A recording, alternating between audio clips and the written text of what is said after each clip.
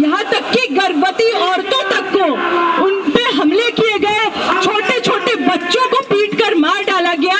ये पूरी घटना आज हमारे जहन में ताजा है। इसी गुजरात 2002 के दंगों में बिल्किस बानो का केस भी हमारे सामने था।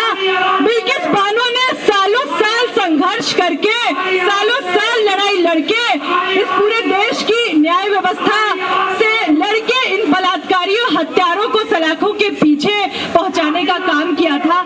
लेकिन इस देश में जो 15 अगस्त, जो आजादी का 75वां साल मनाया जा रहा था, जो अमृत महोत्सव का ढोल पीटा जा रहा था, उसी अमृत महोत्सव के ढोल की सच्चाई ये थी कि इन हत्यारों, बलात्कारियों, इन आदमखोरों जानवरों को इस सत्ता द्वारा सड़कों पे आजाद छोड़ा जा रहा था, सड़कों पे खुलेआम छोड़ा जा रहा था। न सिर्फ इस देश की न्यायपालिका ने, इस देश की न्याय व्यवस्था ने इन हत्यारों, बलात्कारियों को छोड़ा, बल्कि सड़कों पे जाने के बाद इन पे फूल मालाएं चढ़ाई जा रही थी, इनका स्वागत, इनके निकलने को सेलिब्रेट किया जा रहा था, जश्न मनाया जा रहा था।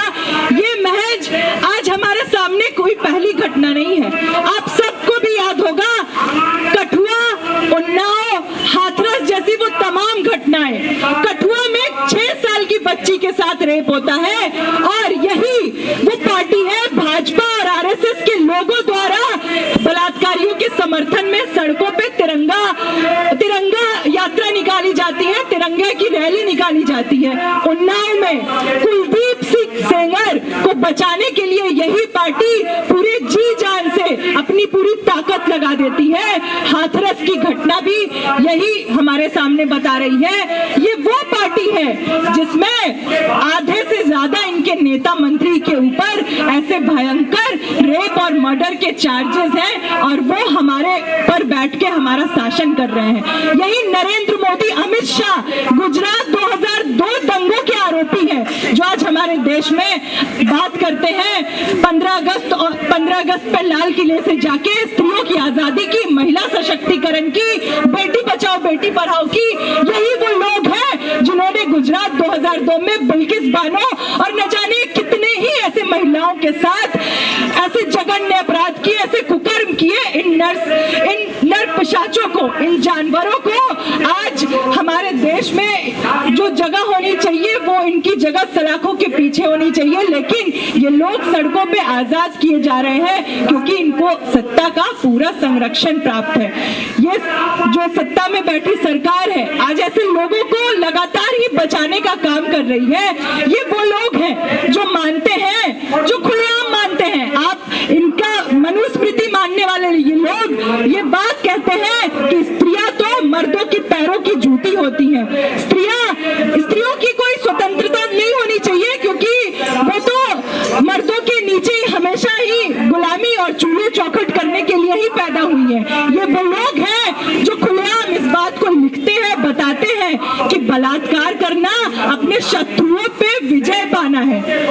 ये पार्टी आरएसएस लगातार ही, हम जानते हैं इस देश में पूरा माहौल बनाया जा रहा है कि किस तरीके से तमाम दिक्कतों, समस्याओं का जिम्मेदार। ये बात क्यों नहीं की जाती है कि भाई इस देश में भयंकर भूखमरी, बेरोजगारी, कुपोषण बढ़ रहा है, स्त्रियों के प्रति अपराध बढ़ रहे हैं।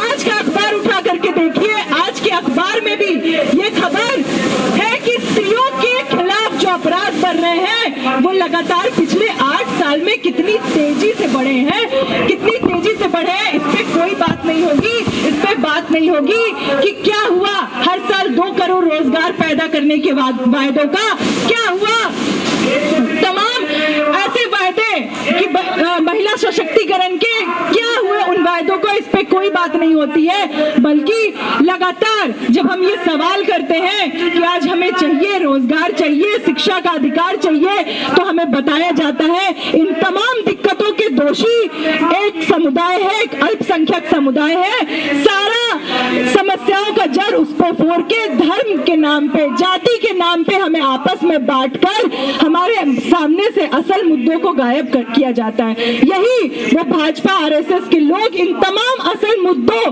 पे जब हम सवाल उठाते हैं तो इस पे पर्दा डालने के लिए हमें बताते हैं कि देखो तुम्हारा दुश्मन तो मुसलमान है, तुम्हारा दुश्मन दलित है, तुम्हारा दुश्मन फलाने धर्म के लोग हैं।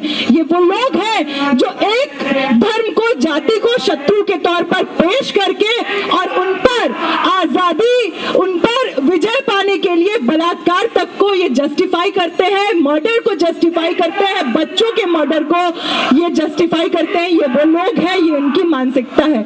हम लोग आगे इस पूरे मुद्दे पर अपनी बात रखेंगे। कई संगठनों से साथी हमारे बीच आए हैं, भारत की Krantikari Mazdoor party, 100 flowers group, Delhi state anganwadi workers and helpers union, Disha Chhatra Sangathan और भी कई सारे लोग हैं। तो एक एक करके हम सब लोग अपनी बात रखेंगे और प्रदर्शन और हमारी सभा शुरू रहेगी। लेकिन उससे पहले हम साथी दिशा के साथियों से कहेंगे कि वो आए और एक गीत के साथ आज के प्रतिरोध की शुरुआत करें। अरे मुल्क को कौम बता, आंखें तो उठा, नजरें तो मिला, कुछ हम भी सुने, हमको भी बता। ये किसका लहू है, कौन मरा? ऐ रहबर मुल्क को कौम बता, आंखें तो उठा, नजरें तो मिला, कुछ हम भी सुने, हमको भी बता। ये किसका लहू है, कौन मरा?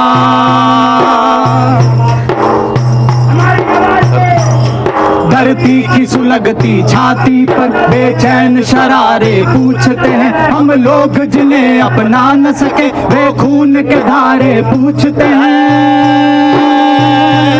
सड़कों की जुबां चिल्लाती है, सागर के किनारे पूछते हैं। ये किसका लहू है, कौन मरा? ऐ रहबर मुल्क को कौम बता, आंखें तो उठा, नजरें तो मिला, कुछ हम भी सुने, हमको भी बता। ये किसका लहू है, कौन मरा?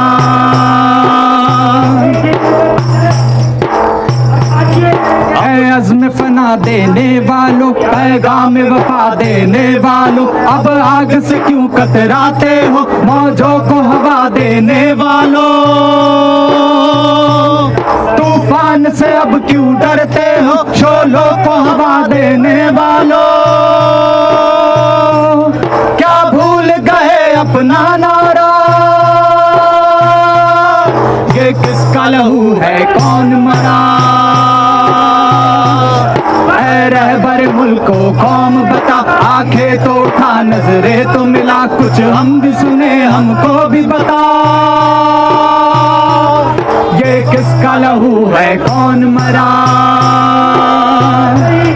हम ठान चुके हैं अब जी में हर जालिम से टकराएंगे। तुम समझौते की आस रखो, हम आगे बढ़ते जाएंगे। हम मंजिल आजादी की कसम हर मंजिल पे दोहराएंगे।